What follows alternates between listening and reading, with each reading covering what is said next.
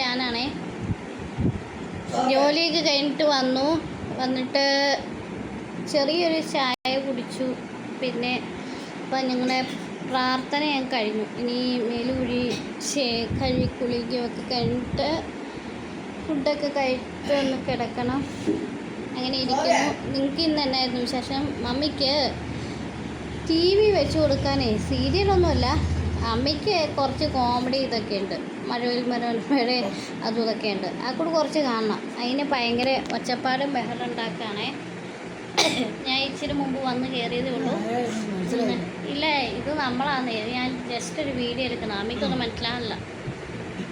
ഇന്നലെയൊക്കെ നല്ല സുഖമില്ലായ്കയൊക്കെ ആയിരുന്നേ.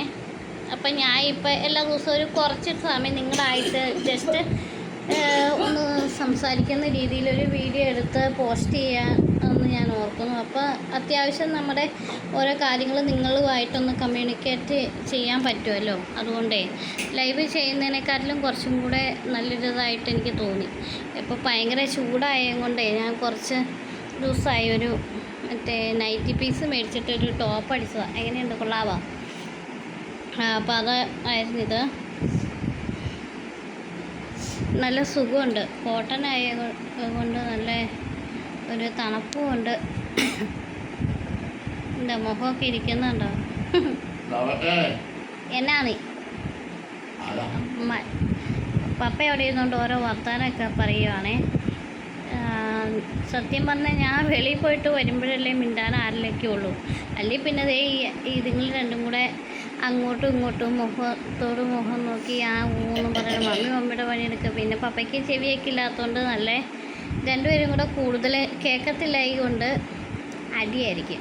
പിന്നെ രണ്ടുപേരും കൂടെ കുറ്റം പറയാമെന്ന് പറഞ്ഞിട്ട് കിക്കിളി കൂട്ടുമോ അല്ലെങ്കിൽ എന്തെങ്കിലും കാണിക്കുവേ, ഡിസ്റ്റർബ് ചെയ്യും. എപ്പോഴും ഇത് തന്നെയാണ് പരിപാടി. എന്താ ഡിസ്റ്റർബ് ചെയ്യുന്നുണ്ടോ? ഒരു കണക്കിന് എൻ്റെ തലയിൽ നല്ല മസാജ് ചെയ്യണ പോലെ. ഇങ്ങനെയൊന്നും കാണിക്കില്ല. ആൾക്കാരെൻ്റെ ചാണത്തല കണ്ട് പേടിക്കും. ഡിസ്റ്റർബ് ചെയ്യണ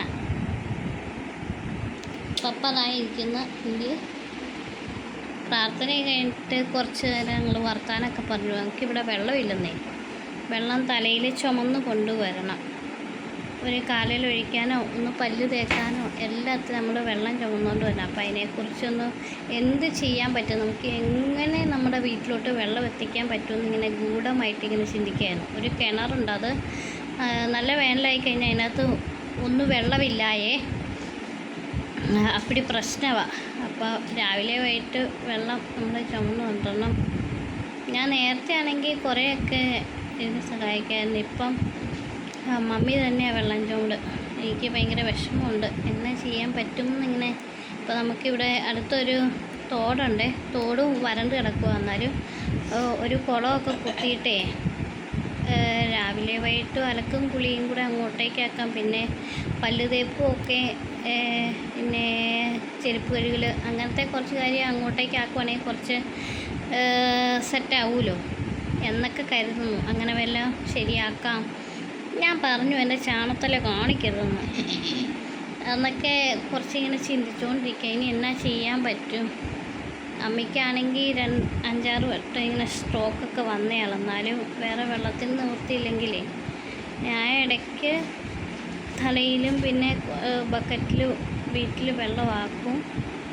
നമുക്കിവിടെ ഒരു ചെറിയ കിണറുണ്ട്. കിണറ്റിൽ വെള്ളമുണ്ട്, പക്ഷെ അത് തേകിയാലും എല്ലാം ഒരു തുരുമ്പിൻ്റെ ഇതുപോലൊരു മണ്ണിൻ്റെ ചുവയാണേ. നല്ല കലങ്ങിയൊക്കെയാണ്. തുണിയൊക്കെ കഴുകാൻ എടുക്കുവാണെങ്കിലും തുണിയുടെ ഇടയ്ക്കെല്ലാം നല്ല ചെളി ഇങ്ങനെ കട്ടയായിട്ടിരിക്കും. ഇന്ന് നമ്മൾ 2-3 നല്ല വെള്ളത്തിൽ കഴുകിയാലാന്ന് റെഡി ആക്കിയിട്ടുള്ളൂ. ആ തുണി പോകും. അതുപോലെയൊക്കെ ഒരു തന്നാലും നമ്മൾ പാത്രം കഴുകാനും ഒക്കെ ആ വെള്ളം എടുക്കുക. വേറെ നിവൃത്തിയില്ലാത്തതുകൊണ്ടേ. ഇനിയിപ്പം നാളെ ഞായറാഴ്ചയാണ്. ഓലി കുത്തണം തോട്ടിൽ. എന്നിട്ട് തുണി ഇളക്കാനും ഒക്കെയുണ്ട് കുറേ. അത് ചെയ്യണം എന്നോർക്കുന്നു. നമുക്കിവിടെ അടുത്തൊരു ചേച്ചി നേരത്തെ വെള്ളം തരുമായിരുന്നു. ഇപ്പം ഞാൻ ചോദിച്ചില്ല. അവിടെയും വെള്ളം കുറഞ്ഞു വരുവാങ്ങാണ്ട. 2 കുഴക്കിണറുണ്ട് പുള്ളിക്കാറ്റിക്ക്. എന്നാലും വെള്ളം കുറയുന്നതുകൊണ്ട് ചോദിക്കാനൊരു മടിയുണ്ട്. നോക്കട്ടെ, എന്തെങ്കിലുമൊക്കെ ചെയ്യണം. അല്ലെങ്കിൽ ഇവിടെ എത്ര 2000 രൂപ മിച്ചങ്ങാണ്ടാവും. വെള്ളത്തിന് എത്ര 1000 ലിറ്ററിനോ കണ്ടോ, എനിക്ക് കറക്റ്റ് അറിയൂല. അത് ഒറ്റ പരിപാടിക്ക് വെള്ളത്തിൻ്റെ വെടിക്കെട്ട് തീരും. പിന്നെയെന്ന് വെച്ച് കഴിഞ്ഞാൽ ഇവിടെ നല്ല മറവിയുള്ള ആൾക്കാരായതുകൊണ്ട് ഇടയ്ക്ക് പൈപ്പ് തുറന്നിടും, അങ്ങനെ വെള്ളം പോകും. ഈ ടോയ്ലറ്റ് അമേരിക്കൻ ക്ലോസറ്റോ യൂറോപ്യൻ ക്ലോസറ്റ് ആ സാധനമില്ലേ പൊക്കോളെ, അതാണ് നമുക്കുള്ളത്. ഇന്ത്യൻ ടോയ്ലറ്റ് മതിയായിരുന്നു ഞാനിപ്പോൾ ഓർക്കുമായിരുന്നു. അതുകൊണ്ട് നല്ല ഫ്ലഷ് ചെയ്യുമ്പോഴത്തേക്ക് ഒത്തിരി വെള്ളം ആ വഴിയിലും. എങ്ങനെ വെള്ളം നമുക്ക് ലാഭിക്കാം എന്നുള്ളതിൻ്റെ ഒരു സ്റ്റഡി ഞാൻ ഇന്നലെ രാത്രിയിൽ എനിക്ക് സത്യം പറഞ്ഞാൽ ഉറങ്ങാനൊത്തില്ല. ഇത് ഞാൻ കുറേ അതന്നെ ഈ നിൽക്കുന്ന ഈ തിരുമുഖം നന്നായിട്ട് കണ്ടോ ഈ സാധനം കാരണം ഇതിന് ഉറക്കവും ഇല്ല, മണ്ണാങ്കട്ടയില്ല. വല്ല ഉറക്കാൻ പറ്റിയ എന്തെങ്കിലും സാധനം ഉണ്ടെങ്കിൽ നിങ്ങൾ പ്ലീസ് ദയവായിട്ടൊന്ന് കമൻറ്റ് ചെയ്യാം. എൻ്റെ അവസ്ഥ നിങ്ങൾ മനസ്സിലാക്കാം. ഷുഗർ എന്തോ കൂടി കിടക്കണേങ്ങാണ്ട, എനിക്കറിയാൻ പാടില്ല. ഇതിനെ എങ്ങനെ എനിക്ക് ഉറക്കിക്കൊണ്ടോ. ഉറങ്ങുവാണെങ്കിൽ പകുതി എൻ്റെയും അമ്മയുടെ അസുഖങ്ങളൊക്കെ തീരുവേ. ഞങ്ങളുടെ വീട്ടിലത്തെ ഒരു കുഞ്ഞുവാവയുണ്ട്. കുഞ്ഞുവാവ നിങ്ങൾക്ക് കാണണോ? കളിക്കുടുക്ക, ചേച്ചിയുടെ കൊച്ചിൻ്റെ കളിക്കുടുക്കേ അവന് പഠിക്കാൻ വേണ്ടി ഇവിടെ കൊണ്ടിടും. അവനാണെങ്കിൽ ആ സാധനം വേണ്ട, അവന് മൊബൈൽ മതി. അപ്പോൾ പകരം ഞങ്ങളുടെ ഈ കുഞ്ഞുമ്പാവയാണ് വായിക്കുന്നത്. കണ്ടില്ലേ, ഇവിടെയൊന്നും പല്ലൊന്നും ഇല്ലാത്ത ഞങ്ങളുടെ കുഞ്ഞുമ്പാവ. എനിക്കുമില്ല. കുഞ്ഞുമ്പാവ കളിക്കുടുക്ക വായിക്കുക. ഞങ്ങളുടെ പൊടിവാവ, പൊടിമോൻ.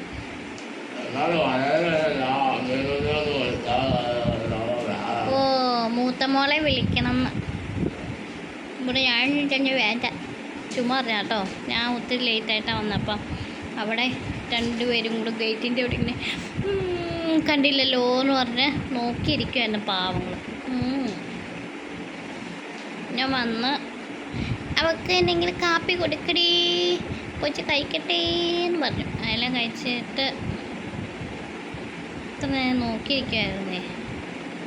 നാളെ ദിവസം ഞാൻ വേറൊരിടത്ത് ജോലി ചെയ്തുകൊണ്ടിരുന്നപ്പം 1 മണി 2 മണിയൊക്കെ ആയി. ഒരു ട്രിപ്പ് പോയേക്കുമായിരുന്നേ. ട്രിപ്പ് പോയിട്ട് വരുന്നോടം വരെ ഇതുങ്ങൾ തിന്നാതിരുന്നു. എന്നിട്ട് ഗ്യാസൊക്കെ കൂടി. ഞാൻ വന്നു കഴിഞ്ഞിട്ടാണ് ഫുഡ് കഴിച്ചു.